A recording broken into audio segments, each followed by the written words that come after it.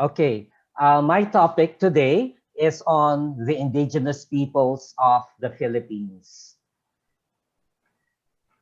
Okay, we have two objectives for this discussion today. First is to identify the various indigenous peoples of the Philippines and describe their cultures. Of course, there are so many indigenous groups in the Philippines. I won't be able to describe all of them, but I could lump them together into some groups that are more similar in terms of characteristics than others. And secondly, I think this is the more important part of the lecture is to infer on the pre-colonial way of life of Filipinos by looking at prevailing cultural beliefs and practices of indigenous communities. Because we believe that many of the pre-colonial practices of Filipinos are, are those that uh, are reflected in many of the practices of indigenous groups in the Philippines who have maintained their traditional belief systems, practices, and knowledge. My starting point would be using ethnoarchaeology, since I know this part of the lecture is on prehistory. So ethnoarchaeology is the ethnographic study of peoples for archaeological reasons, usually through the study of material remains of a society. Ethnoarchaeology aids archaeologists in reconstructing ancient lifeways by studying the material and non-material traditions of modern societies. I know that in your first lecture, there was someone who talked about human evolution, looking at human paleontology as well as archaeology in reconstructing how it was in the past. But we know, for example, even if we unearth certain artifacts from the past, these artifacts do not speak for themselves. For example, if we are able to retrieve a particular stone artifact, that artifact does not speak and say, I am a stone tool, I come from the Paleolithic age, I am used as a cutting tool. We have to interpret.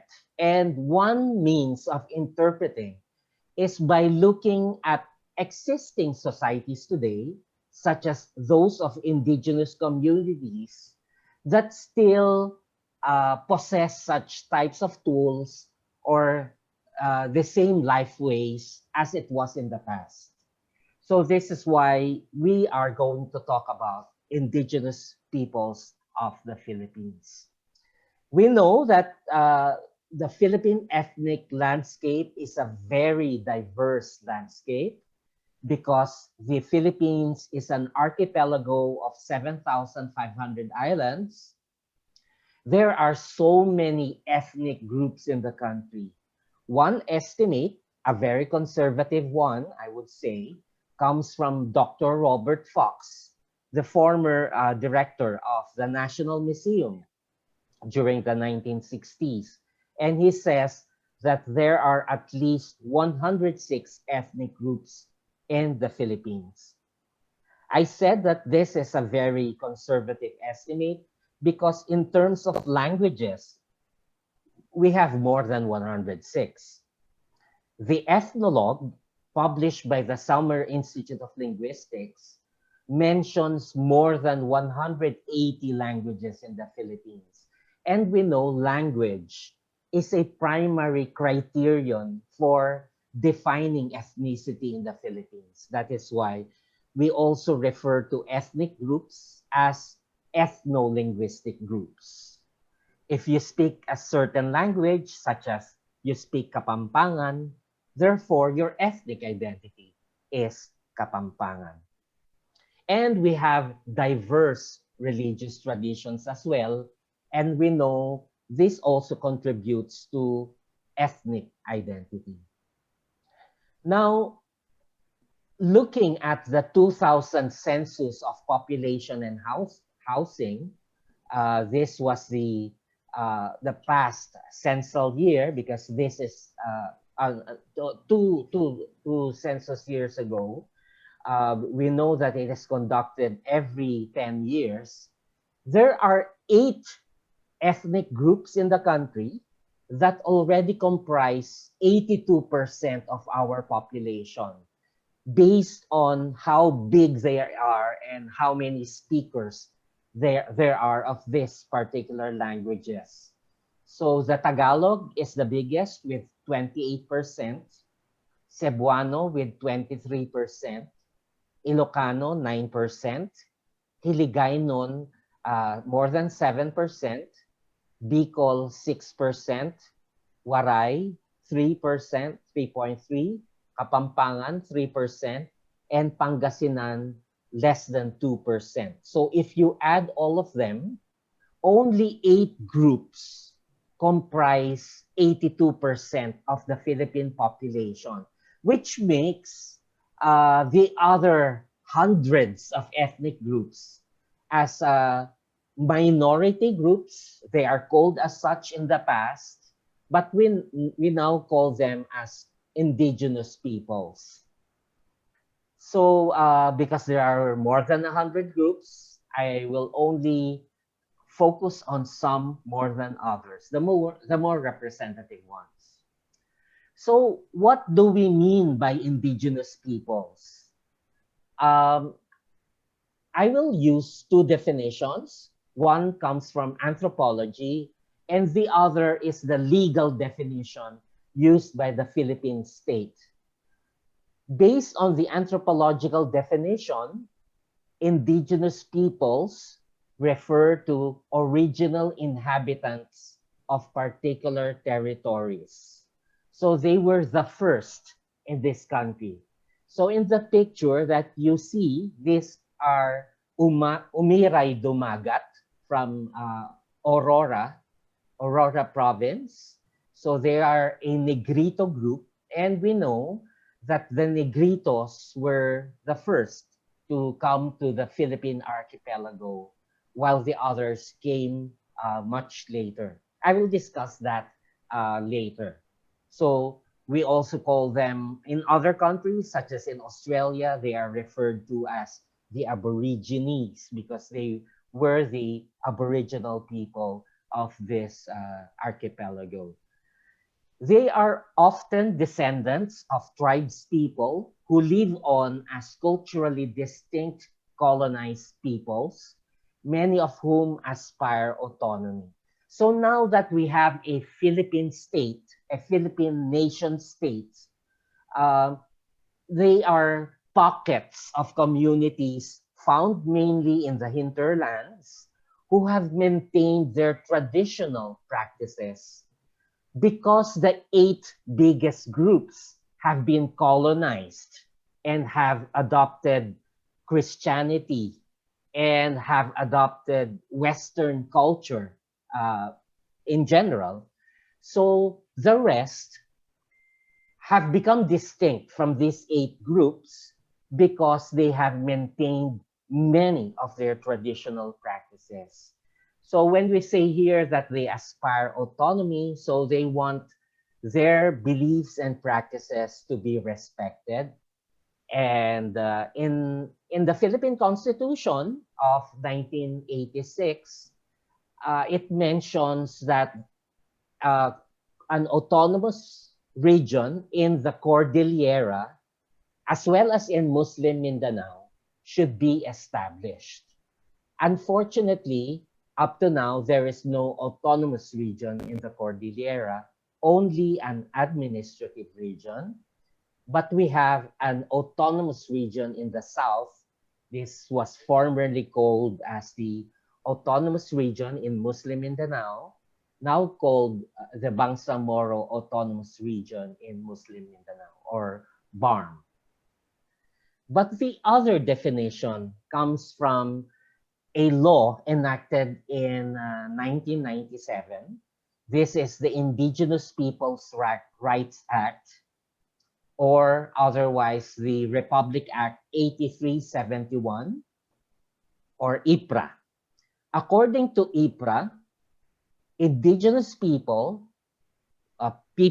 because it's a plurality of different groups, refer to a group of people who, through resistance to political, social, and cultural inroads of colonization, non-indigenous religions and cultures became historically differentiated from the majority of Filipinos. So the 8 biggest groups, majority of them are Roman Catholics, but the other groups, uh, some of them, yes, they have embraced Christianity at in terms of formal affiliation, but in terms of practices, they have maintained their animist or pre-Hispanic practices, and we shall see that later.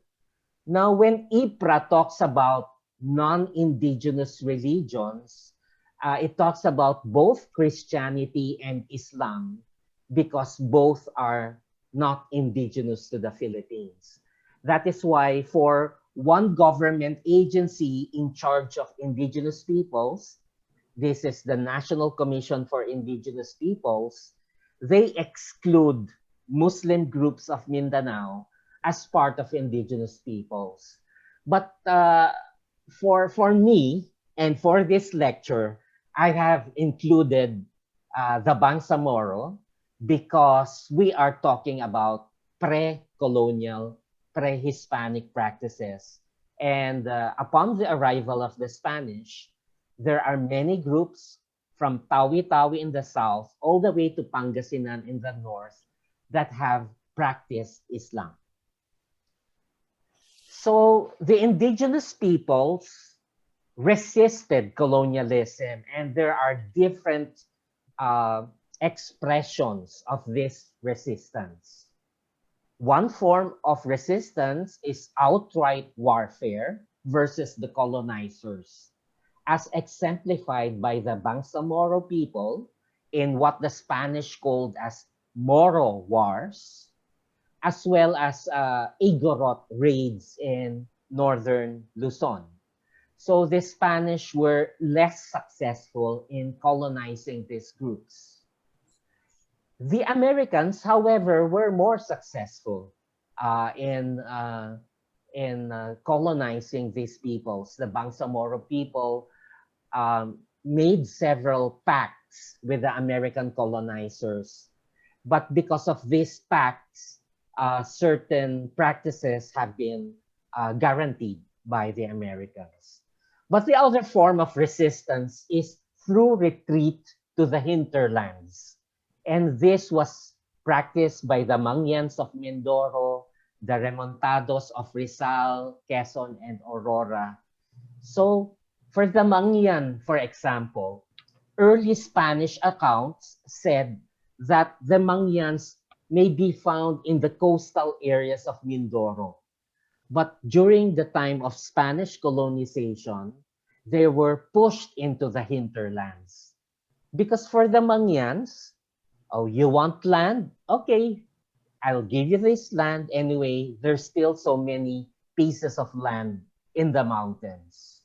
But right now, they cannot do that anymore because land is already very limited, even in the hinterlands. Now, the Remontado is a very interesting group because they were previously Tagalogs, just like modern day Tagalogs, who refuse colonization. They do not want to be taxed by the Spanish. So they retreated into the mountains. That is why they were called remontado, from the Spanish word montaña, or mountain. So they went into the mountains of Rizal, Aurora, and Quezon and intermarried with Negrito groups in the area. So they speak an old Tagalog dialect called Sinauna, which means archaic Tagalog. Now, how many indigenous peoples are there in the Philippines? We know there are more than 100 groups, but in terms of population, there is some debate. The 2010 census, going back to the 2010 census, indicated that indigenous peoples accounted to only 5% of the total population of the country, or approximately 4 million Filipinos. So that's a very small number. But remember, they excluded Muslim groups. So if we add Muslim groups, the population will be higher.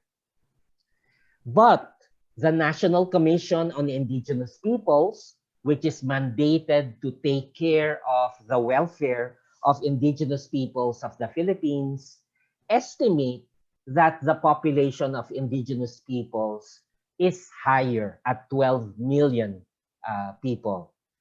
Now, because of this discrepancy, unfortunately, the in the mid-census year of 2015, the population of indigenous peoples was no longer counted.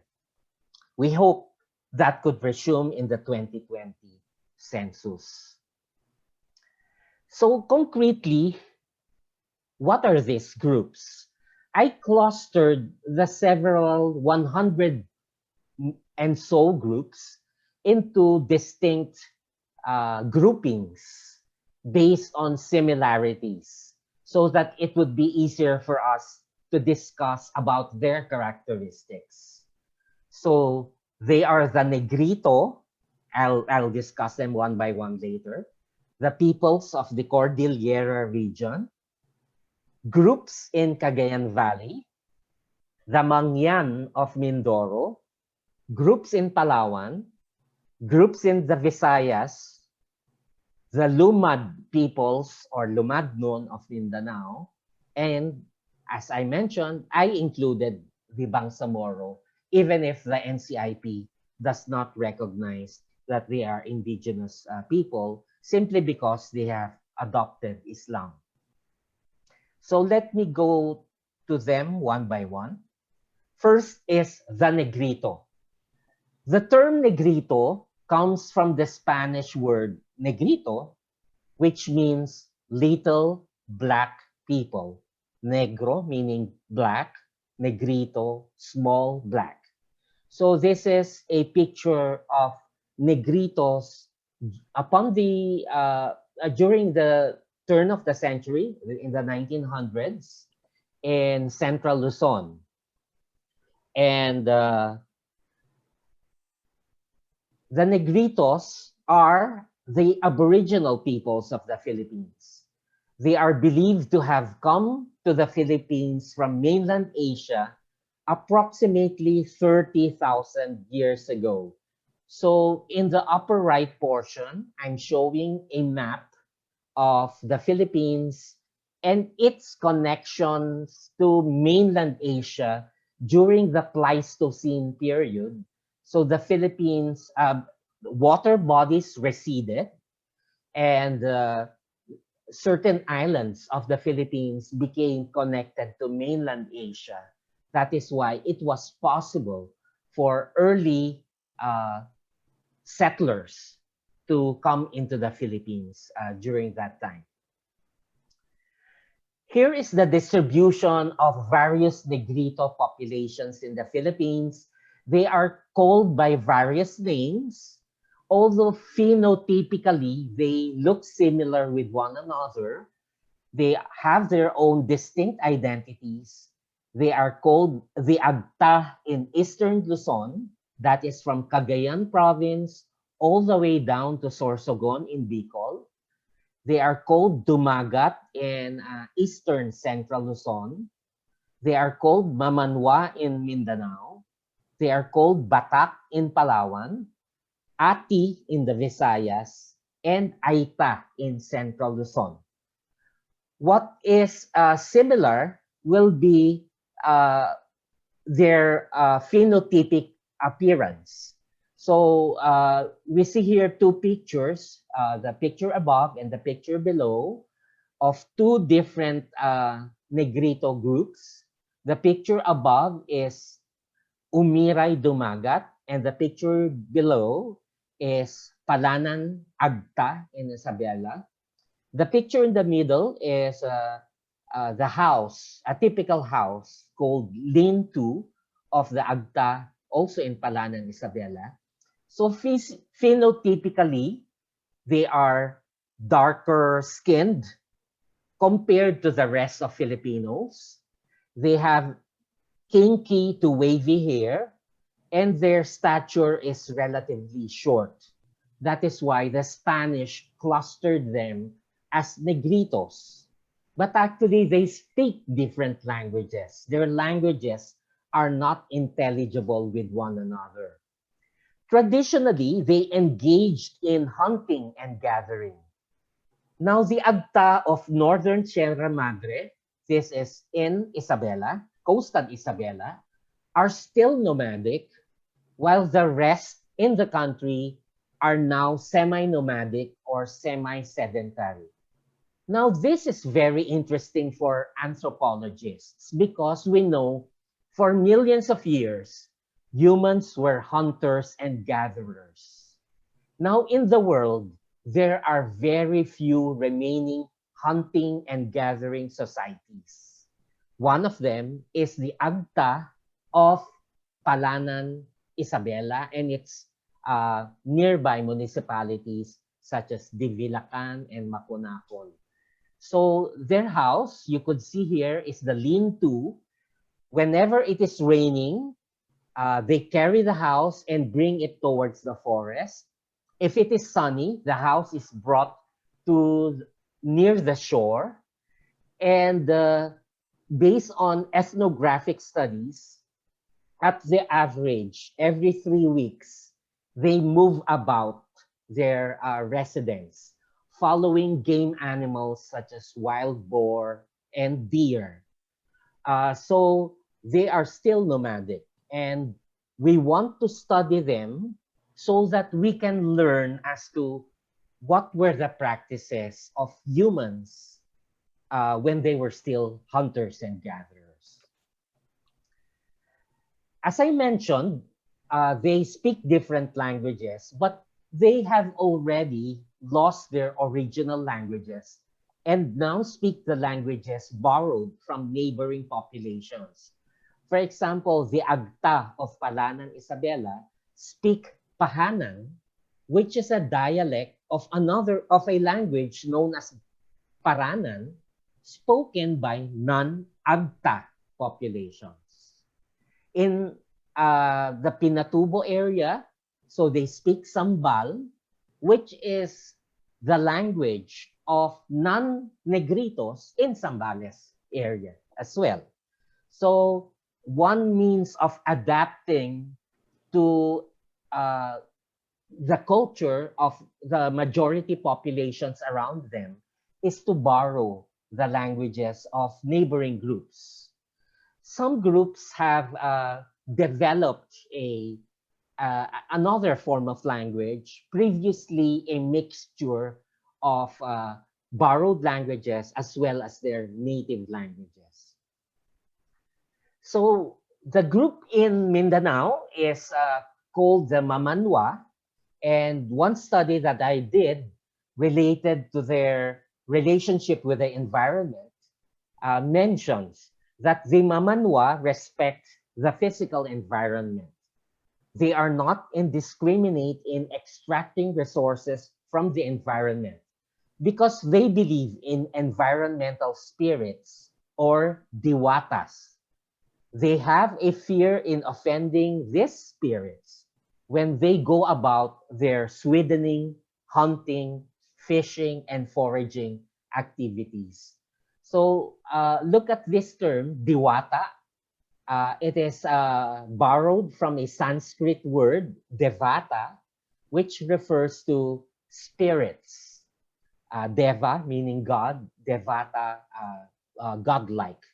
So the Mamanwa believe that there are spirits in nature, and therefore they do not just cut trees because this might offend the spirits. We could infer on early practices of Tagalogs, and many Tagalogs still practice this. When they go to certain areas, they say tabi-tabi po, which means excuse me please, because they don't want to offend the spirits in nature. Now let's go to one other group. This is the Cordillera people of the Cordillera Administrative Region. So this is a map showing the Philippines and the location of Car, found in northern Luzon. The peoples in this area inhabit the biggest mountain range in the country, called the Gran Cordillera Central.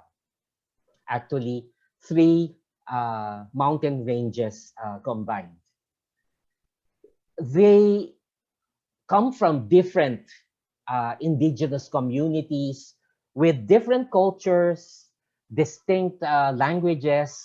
They are called the Bontoc in the Mountain Province, the Ibaloy in Benguet, Ifugao in Ifugao Province, Isnag in Apayao Province, Itneg or Tingyan in Abra Province, Iwak in Benguet and Nueva Vizcaya, Kalanguya in the border of Benguet, Ifugao, and Nueva Vizcaya, Kalinga, this is where I did my field work, in Kalinga Province, and Kankanae in Western Mountain Province and Northern Benguet. So in these pictures, you see the rice terraces because it is a mountain area. They have established rice terraces for their agriculture.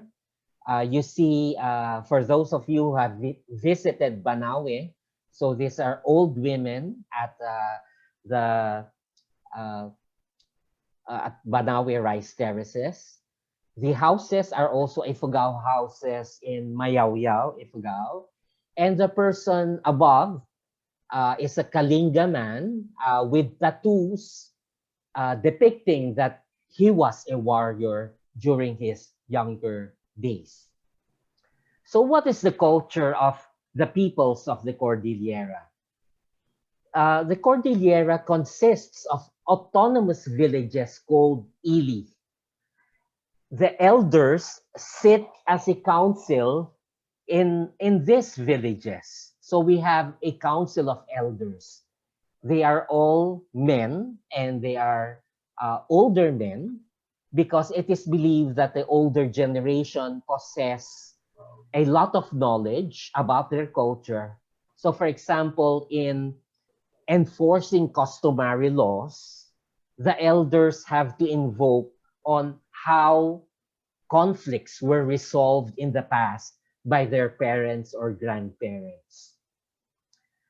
Traditionally, there was endemic warfare in the area because of the practice of head taking or head hunting.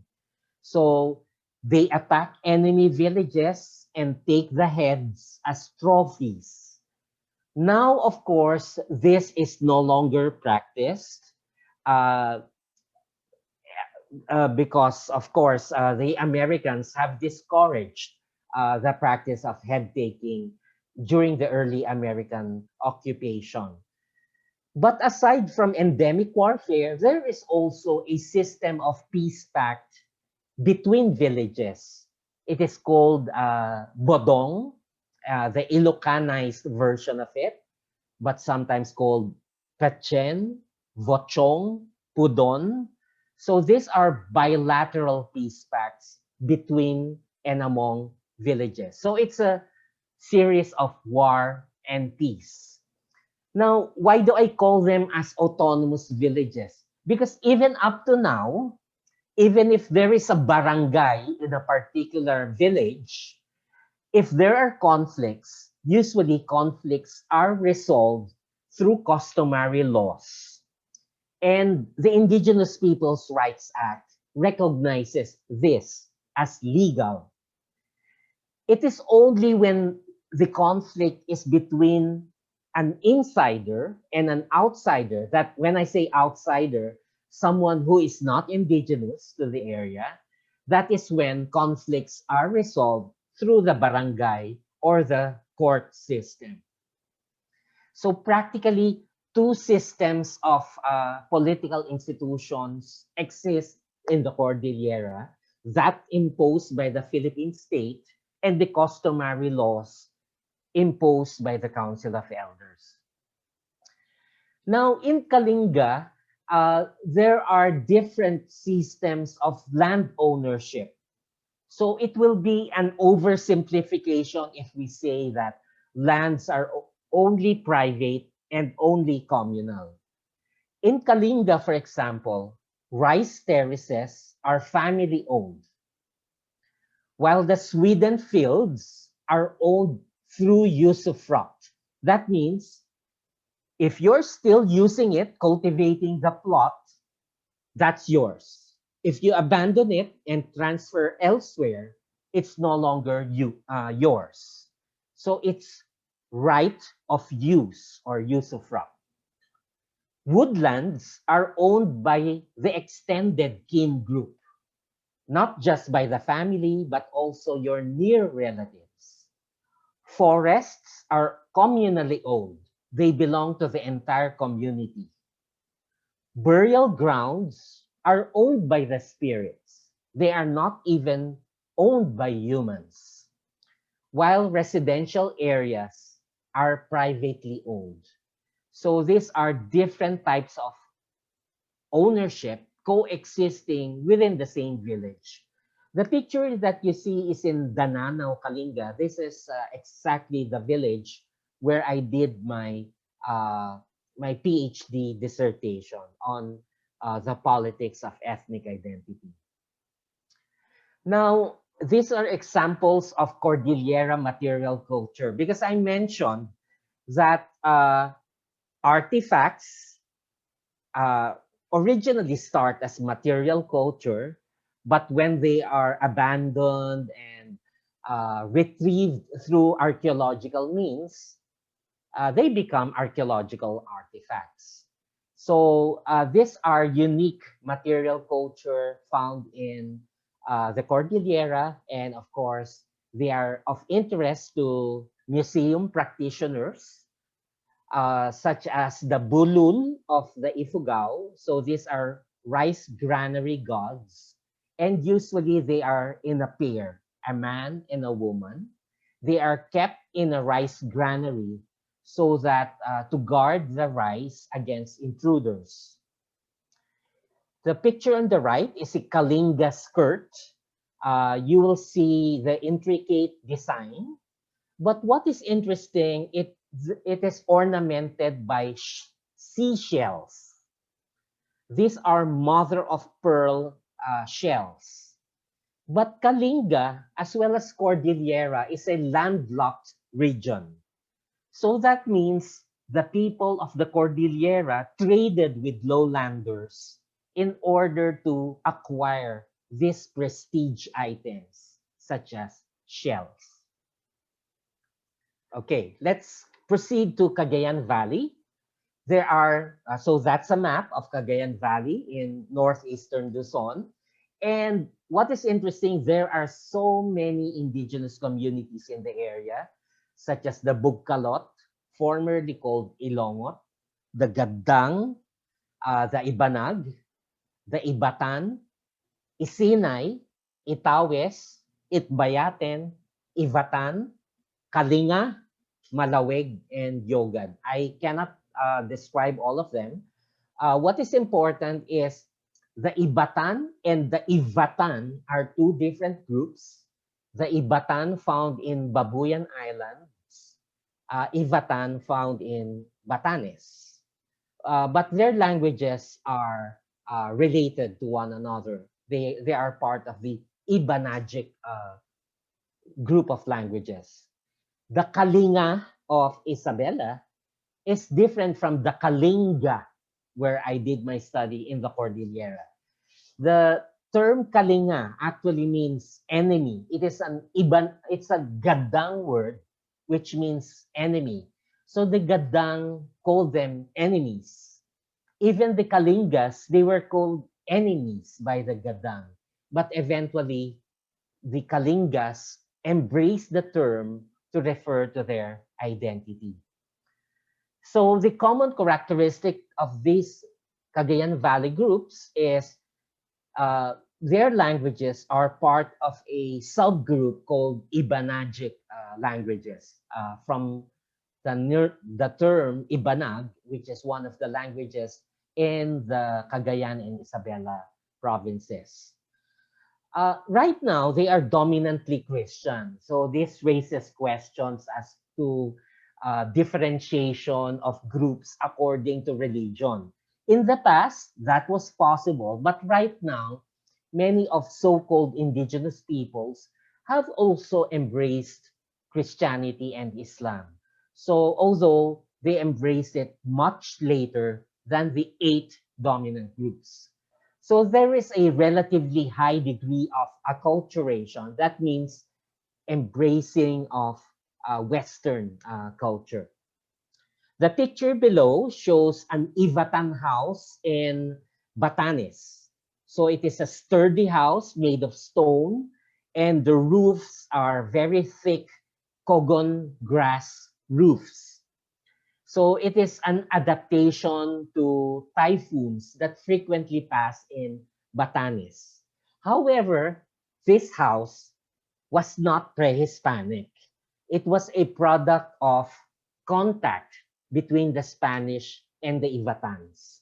The original houses of the Ivatans prior to the coming of the Spanish were log houses, but the Spanish introduced stone houses. The picture above shows Ilongots in their head hunting ritual dance. Uh, Usually, when there is the flowering of a particular tree and the flowers turn red, this is the fire tree. That is when they organize head taking activities in order to kill enemies. Let's go to south of the main island of Luzon. This is Mindoro. The generic term of the people of Mindoro is Mangyan. The term Mangyan literally means human being. However, that is a generic term, and there are actually various Mangyan groups in Mindoro with their own languages. So this is a map of Mindoro. So the hinterlands, excluding the coastal areas, are where various Mangyan groups are found. I know the labels are not too clear. They are the Alangan, Bangon, Guhid, Gubatnon, Hanunoo Mangyan, Iraya Mangyan, Ratagnon, Tadjawan, Taubuid. So some of the terms such as Buhid, it just means mountain. Hanunoo Mangyan, it means a real human being. Iraya Mangyan, it means people of the upstream. So they do not understand the languages of other Mangyan groups, and they have to use Tagalog as their lingua franca in order to understand one another. Their lifestyle was traditionally based on Sweden agriculture, also called shifting agriculture, slash and burn agriculture, supplemented by hunting and gathering. They were semi-nomadic in the past because if you practice slash and burn, so you have to stay in a particular area for a certain period of time in order to watch over your crops. But once you abandon that farmland, you move to another area. Just like the Mamanwa, they have a very strong attachment to the physical environment. They also believe in environmental spirits. And one study by the anthropologist Harold Conklin showed that for the Hanunoo Mangyan, they generally practice sustainable subsistence agriculture, such as the practice of a long fallow period. So Conklin observed that it took a Hanunoo Mangyan 25 years to go back to the original farm lot that he abandoned, because he allowed that uh, the soil in that area to replenish its nutrients before coming back. There was also a propagation of biodiversity because not one crop is valued more than others, but within the same field, several crops are planted, vegetables together with rice. Some of this aimed at protecting the crops from pests, others as soil erosion protection plants, etc. So these are some pictures of the Mangyan and their culture. So the picture on the left are Hanunoo Mangyan, distinguished by their blue blouses. The blue in the color comes from a natural dye, an indigo dye found in the crops in the area. Teeth blackening was a form of beautification of Mangyans in the past. Although right now, you only see this among elderly people. So you see also beadwork. And the picture below are longhouses by the Buhid Mangyan. So it is an extended family group living together. And they have a syllabic script. In the past, the Spanish observed that Filipinos had their own syllabic script.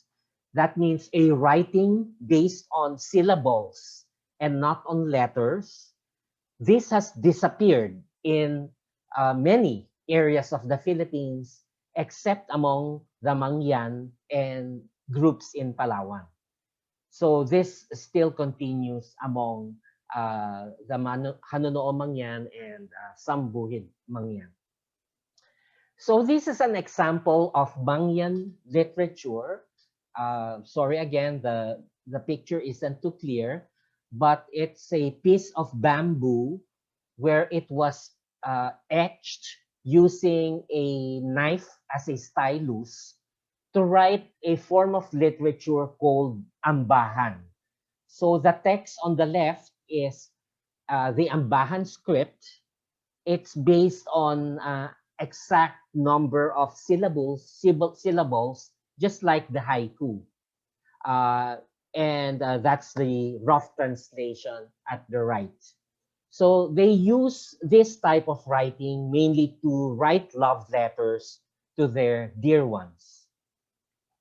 In Palawan, that's south of Mindoro, we also have several indigenous groups such as the Agutainen, the Cuyunon or Cuyunen, Cagayanen, K'ne, Palawan, Tagbanwa, and Taot Bato. The picture below is Taot Bato.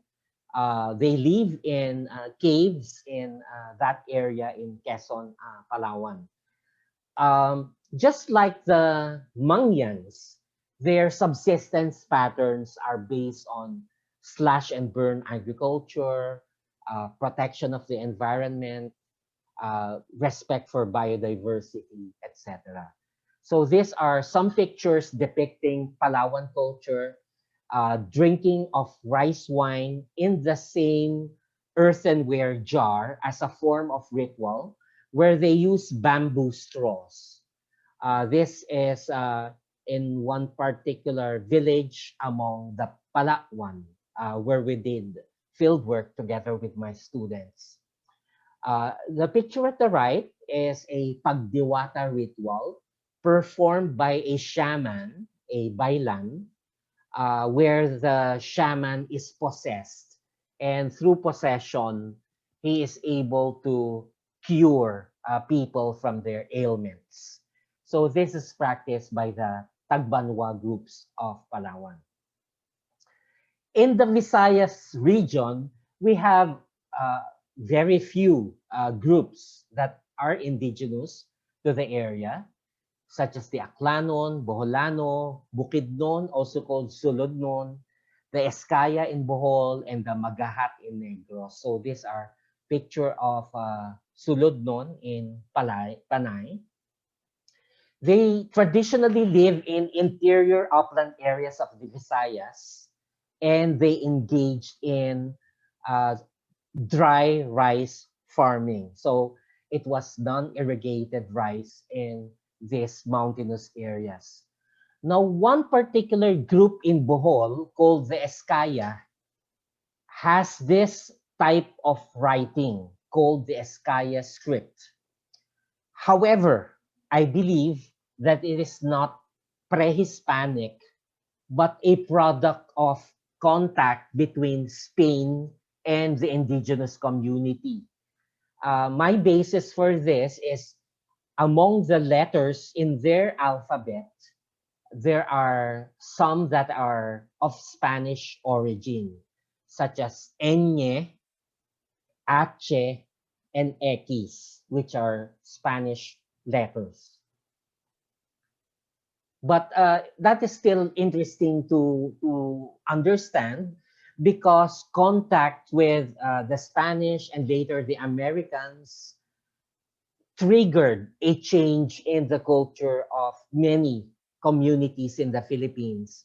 So even the 8 biggest groups, the Tagalogs, the Cebuanos, the Hiligaynon, when I say they have been westernized, it's not really adopting a totally Western culture, but more of an interface between Western culture and traditional culture. Let's go to Mindanao, and the indigenous people of Mindanao are called the Lumad. The term Lumad actually is a Visayan word which means native. Therefore, it is an outsider's term or exonym for the indigenous people of Mindanao. Traditionally, they are the non-Christian, non-Muslim groups of Mindanao. I have placed the term traditionally because right now, many of them are already Christians or Muslims. Traditionally also, their villages were led by headmen or chieftains called Datu, which is similar with the Malay word Datu. So these are different Lumad groups in Mindanao. The Bagobo, Blaan, Bukidnon, Higaonon, Mandaya, Manobo, Mansaka, Matigsalub, Subanen, Tagakaulo, Tiboli, Teduray, Ubo, among others. We will notice that their traditional costumes or dress are very colorful. So the picture above are Tiboli, and you can see from their uh, clothes made of abaca, which is called tinalak, which is very unique to the area. Okay, so this is an example of tinalak weaving. So the Tiboli are called dream weavers because the design of their textiles are based on their dreams. And the pictures on the right are brassware items made through a lost wax method. This is a method that is, again, pre-colonial, pre-Hispanic. But now they produce certain brassware, such as belts with hanging bells, and this human-like items, which are mainly sold to tourists. Now, the last group that I'm going to discuss is the Bangsamoro, now found in the Bangsamoro region in southwestern Philippines. And you could see that in the red areas in the map. They are the Islamized groups of Mindanao, Sulu, and southern Palawan. Now, prior to the coming of the Spanish and upon the coming of the Spanish, there were Muslim sultanates in the area. In Sulu, the sultanate was established in 1450, and in Maguindanao, in 1511. As I mentioned a while ago, Islam was practiced from Tawi-Tawi, that's near Malaysia, all the way to Pangasinan in northern Luzon upon the coming of the Spanish. That's why many of the practices of Muslim groups have been borrowed by many groups in the Philippines, such as the practice of male circumcision, for example, or saying salamat to thank people, which comes from salam, which means peace, or to call the olden days as panahon ni Mahoma or in the time of Muhammad. So these are uh, Muslim practices prior to the coming of the Spanish. Even Manila was ruled by Spanish chiefs. They were not sultans, they were distinct chiefs in particular places such as Tondo, in Pasig, in the Santa Ana area of Manila. So this was what the Spanish witnessed upon their arrival. So there are many indigenous groups comprising the Bangsamoro. Bangsa, by the way, means nation. So they are the Moro nation. The word Moro comes from the Moors of southern Spain because for the Spanish, they observe that they practice Islam just like the Moors of southern Spain and Morocco. So they are called the Bajau, Iranon, Jamamapon, Maguindanaon, Maranao, Monbog, Sama, Tausug, and Yakan. So the picture above are Maguindanaon women in Parang Maguindanao. You can see their skirts made of malong. This is a single tubular skirt, piece of cloth. And the picture below are Tausugs. It's an old picture of Tausug nobility from Sulu. So these are examples of their material culture, such as the Tausug Kris. This is a sword. It's a curved sword. The Tagalogs called it Kalis, but in the south it's called Kris. The Maranao of the lake area of Mindanao, of Lanao Lake, have this traditional house called Torongan, literally meaning sleeping quarters. Again, it is ornately designed with naga motifs or symbolizing dragons based on a very early Hindu influence. Okay, now the second part, I hope I still have time, talks about understanding the past of Philippine society by looking at indigenous cultures. Our knowledge about Philippine prehistory or proto-history is mainly based on archival, which is usually Spanish, and archaeological sources. Since archival sources are mainly written from the perspective of the colonizers, there may be problems brought about by ethnocentric biases by the writer, stereotyping by the Spanish friars, or mere misinterpretation of facts. On the other hand, archaeological artifacts, as I mentioned a while ago, do not speak for themselves and therefore they need to be interpreted. Thus, the ethnographic data from indigenous cultures may help us understand the past. So let me give you examples. From Spanish accounts, Antonio de Morga, 1609, mentioned that tattooing was practiced in early Philippines. According to him, to the southern part of these islands lie the Visayan Islands, called the lands of the tattooed people or the Pintados, which are many and well populated and are named Leyte, Ibabaw, Samar, Bohol, Island of Negros, Cebu, Panay, Cuyo, and the Calamianes. They differ in the way they wear their hair. and their design and their bodies are tattooed with many designs, with the exception of the face. So this is the picture on the left is a picture from the Boxer Codex dated 1595 showing two pintados of the Visayas. So their body are painted with tattoos except for the face. Now the picture on the right is a Kalinga warrior taken only in 2010 in the field area where I did my research. So there is tattoo on the chest and the arms indicating that this person is a warrior.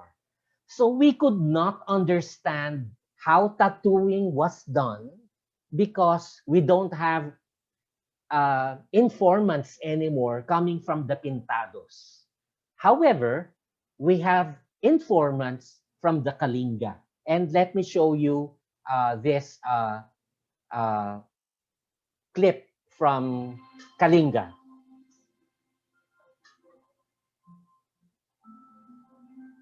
Sadal malin sa nurse, ranson mansul asan apu sa matoyaan. Sigar bisugdi, sa chika ikad ng bisugdian Chris, mat matoya at bisugdi, napasasuyuan.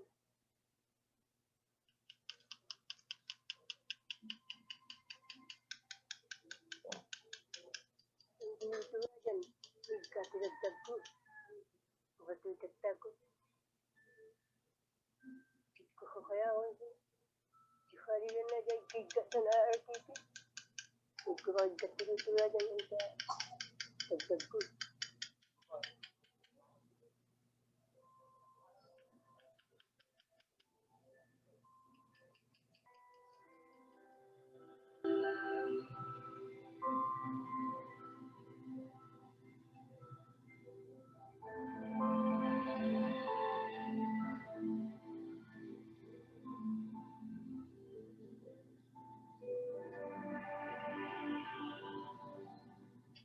Sadan biskai mura in god maru wa sadan na just sabang ni ikate san tagul hayuan pa an chon tugora fi buta gadi na khwe su pila yoi bali yaro anta tol takai tad khay khus an tugora fi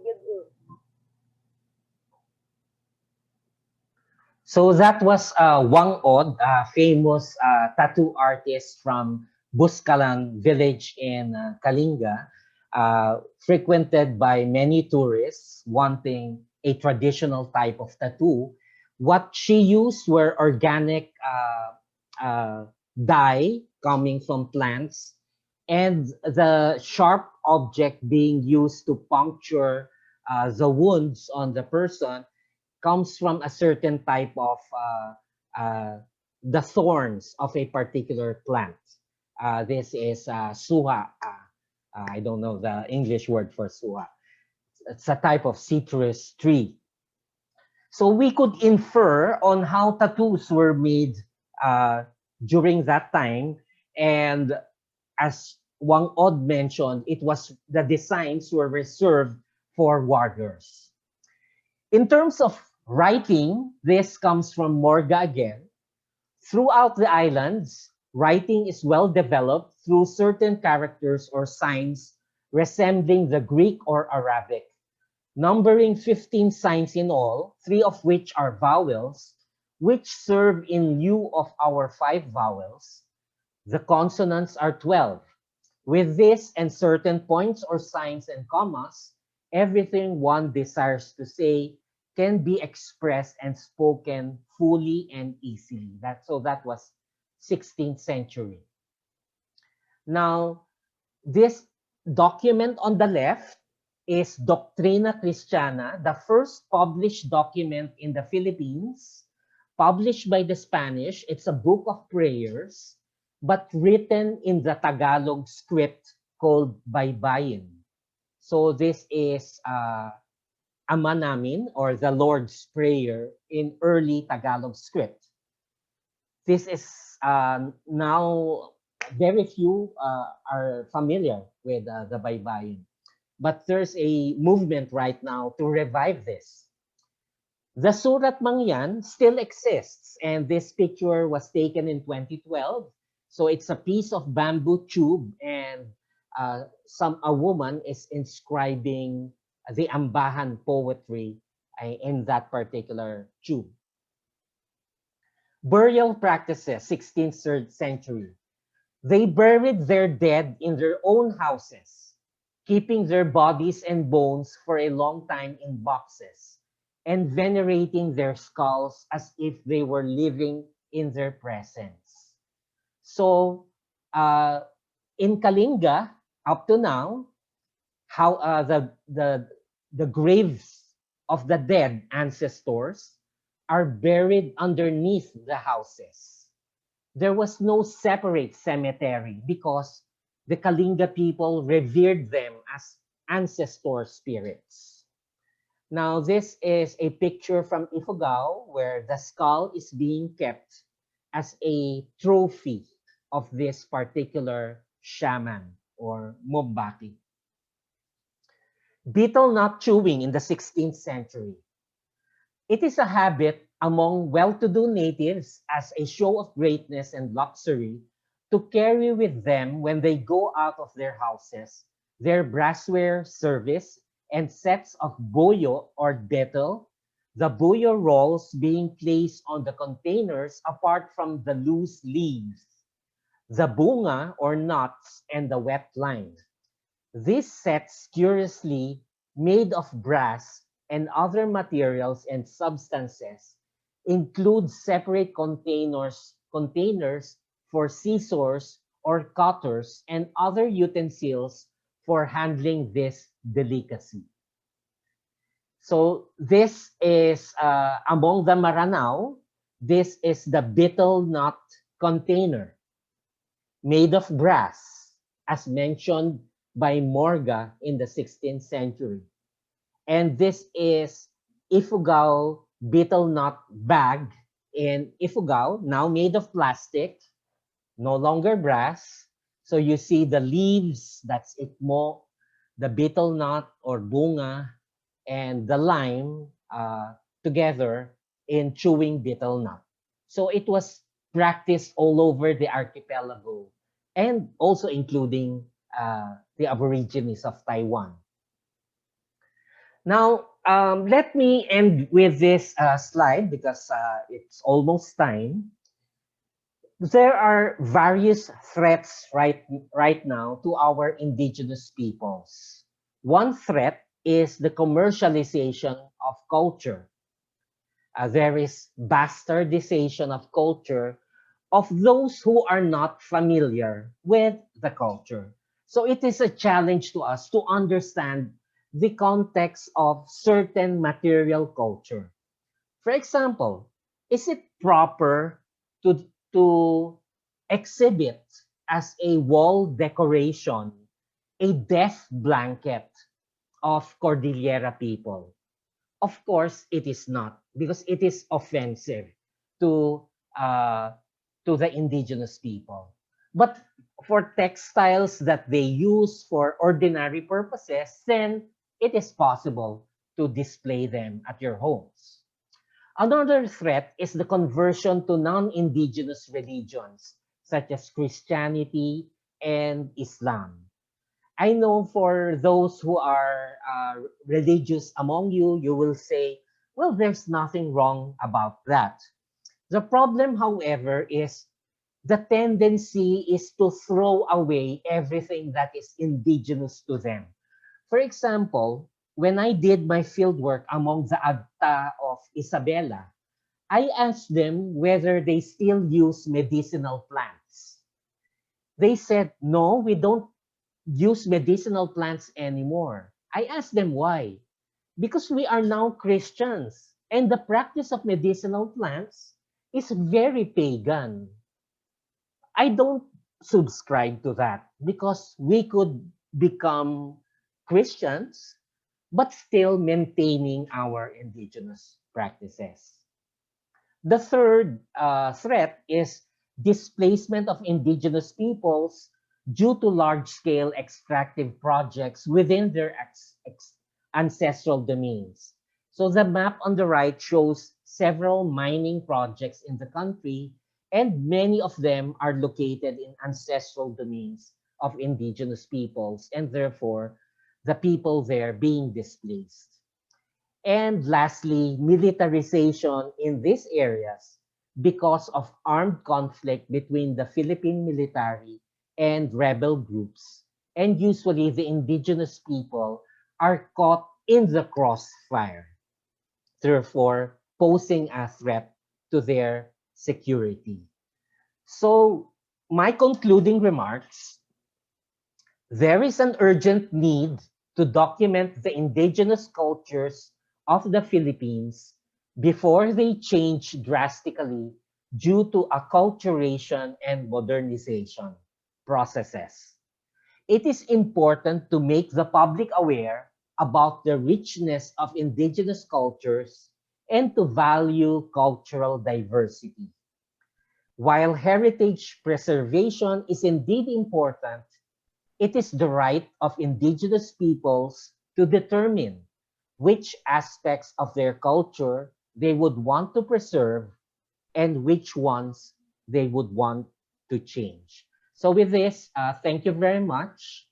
I know there will be a question and answer forum, but if you don't have much time, here is my email, ntcastro1 at up.edu.ph, and you could email me anytime if you want to consult me about indigenous peoples and indigenous cultures.